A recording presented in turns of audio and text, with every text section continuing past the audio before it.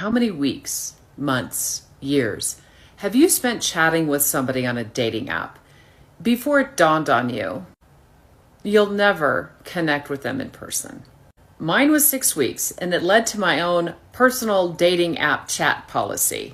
So I'm going to tell you how many weeks I'll let myself chat back and forth with a guy before I'm like, you know what, it's time we connect in person. Because let's face it, that's why we're on dating apps. Leave me a comment, let me know how many days, weeks, months, decades, centuries are you willing to talk to somebody on a dating app?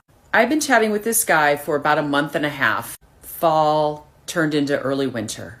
He kept saying he wanted to meet me for a cup of coffee, and I thought that sounds so simple, yet important to the whole dating thing. Don't get me wrong, I prefer a coffee date, but he kept finding excuses not to connect in person. So I established my own personal guideline under this premise. Nobody has 6 weeks to just aimlessly chat back and forth with a perfect stranger. And now, I give it 10 to 14 days. Days when we're squandering each other's time, that women will still be a week. Find a match so that we can go on a date that coming weekend. For 2 weeks, we are going to communicate via SMS about what the devil? Make a match right now with someone. Tomorrow, make the ask. Life carries on. Even though they might not have the time, if they don't have it after 2 weeks, it's best to move on and quit wasting your time. Hey everyone, welcome back to the channel. We are going to see women are angry because men no longer approach them. Let's get started right away. Yeah, it's true. In my experience, most alternative men don't want to date alternative women. They want to date very normal looking women who come from good families and have a good job and make enough money to help support them. Most of the alternative men I know, realistically, they're out there sugaring, but they don't want to call it sugaring because they're in denial. They're in denial. They're sugaring. And I get it. For the women, at first, it's kind of fun. It's kind of exciting. Look at this skateboarder with tattoos who listens to music you've never heard of and sleeps on the ground in the living room of an apartment he shares with 6 other dudes, is interested in you. Oh, that's so fun. That's so different from your normal life where, you know, you have like a 1-bedroom apartment you rent and work in an office and your life is totally put together. I get how that could be exciting.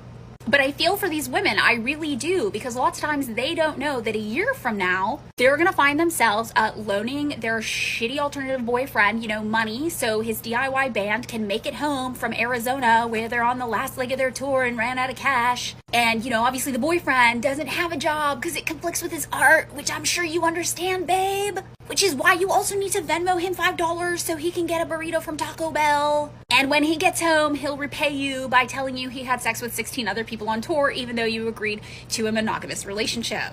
And when he meets your parents, he will utterly ignore your mom and dad and make a 5% inappropriate comment about how good your younger sister looks. I feel so much solidarity with the normal looking women who end up with the worst of our alternative men. I feel bad, you know? Because they don't know what they're getting into. We've had decades of going to shows with these guys. We know what to expect. The normal looking women, though, they're too wholesome and pure for this. They don't deserve this. And I'll tell you, the normal looking chicks are not getting the best of our men. They're getting the worst. We gotta do something about that as a community, I think.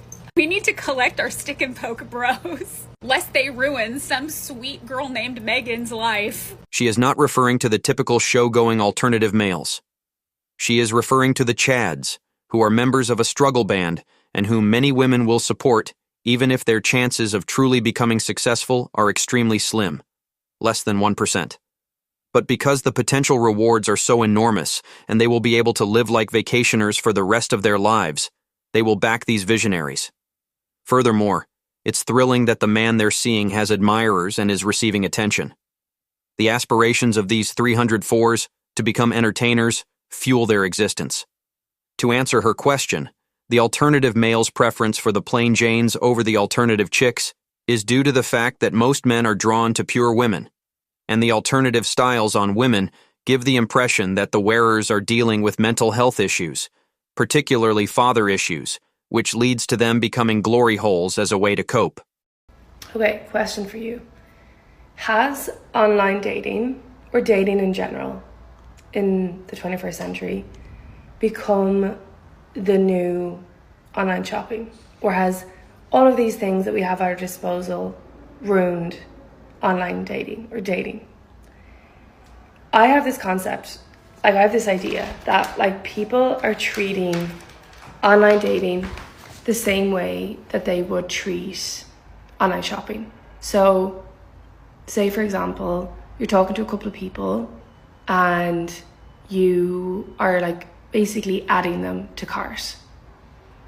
You can like toy around with the idea that like you're gonna own this thing one day, you're gonna like have this thing in your house, it's like it's gonna be yours. And the same kind of goes for dating. You can like add this person to cart. You may like, you know, experience the thoughts of like, what would dating this person be like? What would my future be like with them? That kind of thing. Maybe that's the issue you're having. The largest issue is when you add more than one person to your shopping. Perhaps you should just go in, pick out the outfit you like, and make the purchase. I don't think you buy 3 dresses at once while buying online only to see which one you like better and keep the other 2. Most people can just decide while shopping that they want to buy something, so they do. However, people don't appear to be able to decide when it comes to dating. I am actually starting to take offense. A guy came up to me yesterday and he was my height. He was not attractive. And when he told me what he did for work, I was just kind of there like, what am I supposed to do with this package that I'm seeing right in front of me? Immediately he asked for my number and I was like, to do what? Like, what do you want to do with my number? And he was like, so I can, you know, contact you. And I was like, to say what? When you saw me, you decided that we could one day go together real bad. And I am offended by that. I put in time, energy, and a lot of money to look like this. Now you want to come offering me nothing so that I can continue to maintain myself and then you get to reap all the benefits for free? Patriarchy is a scary thing, man.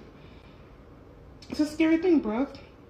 I think men should start approaching women like they do if you're giving a 2-minute elevator pitch to an investor. 7 guys came up to me yesterday. You had 2 minutes to explain to me why you should get my number. Because he came up to me once and I said no. And I told him to circle back when he has, you know, an explanation or reasoning for why he should have my number. So then he came back 30 minutes later and then he was like, okay, well, I have reasons. I said, okay, cool. What is the reason? He was like, I like long walks on the beach. I walked away. I'm truly offended. The fact that this mid actually produced this video offended me. Because they believe they are better than other men. Most women in the West will die alone, and alone because they don't want to start a relationship with an ordinary guy. And the reason why so many men in the large town advise against marriage, cohabitation, and long-term commitments is because of this 304. They ultimately receive what is just, nothing. This woman believes that she is on the same level as the players, and possibly some high-value men, because she is being passed over by them. In other words, she believes she is eligible for a relationship with those men, even though in actuality, she was their cheap prostitute. Instead of paying for her plane ticket and accommodation, plus an hourly wage, all they needed to do was pay for those items. Do men come with communication, or do you have to buy that separately? You have to buy it separately, don't you? I knew I forgot something. Yes, you did overlook the other 2, and how to approach a man. Indeed, our communication skills surpass yours. We're just not talking, so you don't know how to listen. A woman is. We're really easy to understand. 4 is equivalent to 2 plus 2.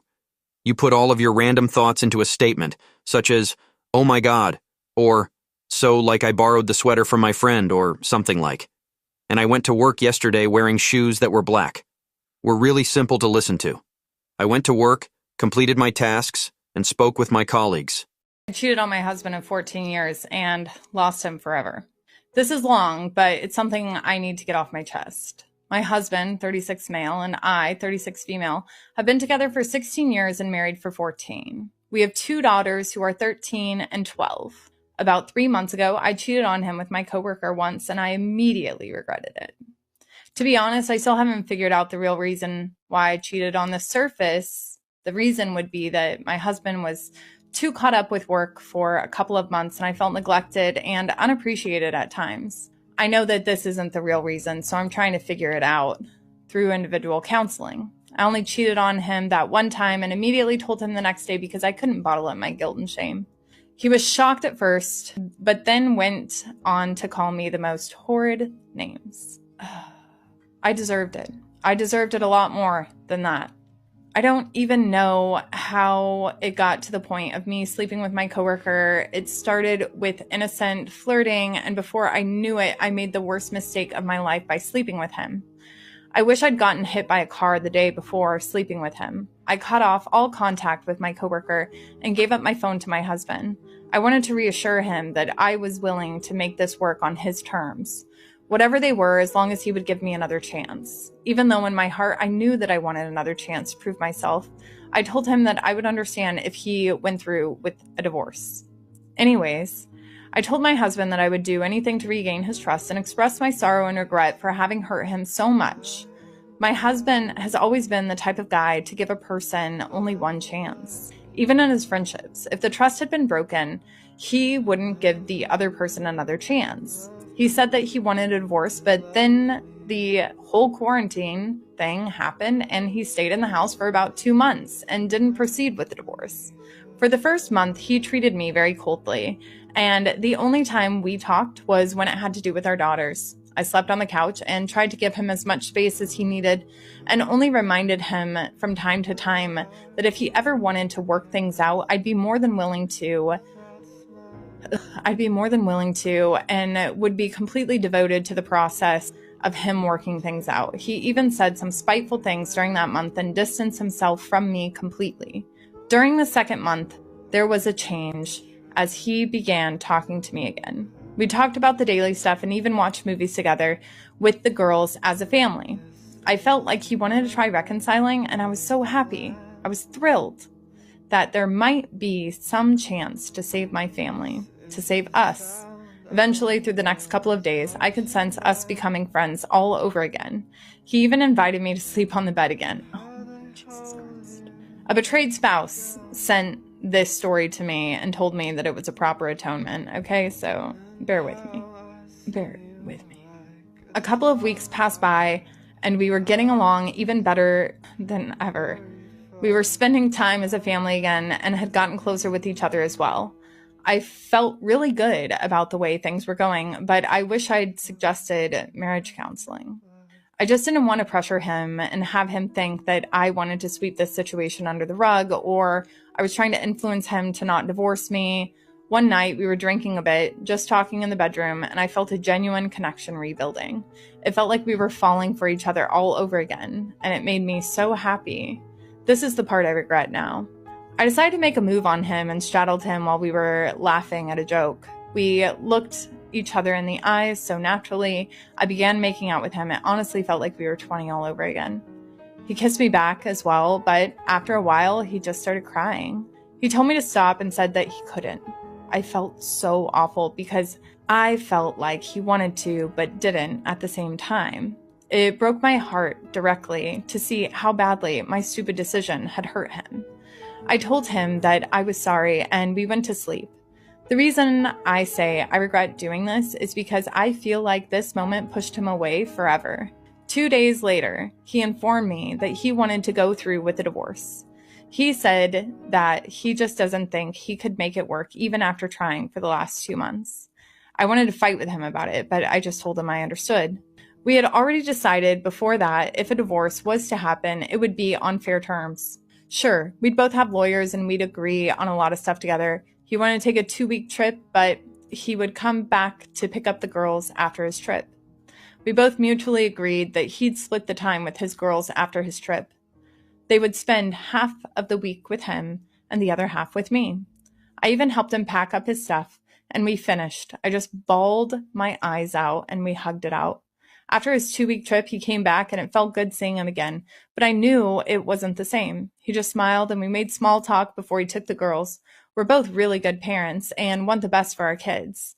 Today, I got served divorce papers. It hurts so much to know that I lost my best friend because I was stupid. You were starved for attention, okay? Not stupid. Sometimes I roll over to his side of the bed in the morning and I hate how I don't feel his body there anymore. I miss his smell, his smile, his voice. I miss him filling up the entire room with his loud, adorable laughter. I miss him so much. The thing that hurts me the most is all of this is knowing how badly I hurt the person I love the most. I wish I could go back in time and undo what I did, but I can't. So now, here I am, writing about it on Reddit while crying when there's nothing that I can do about it.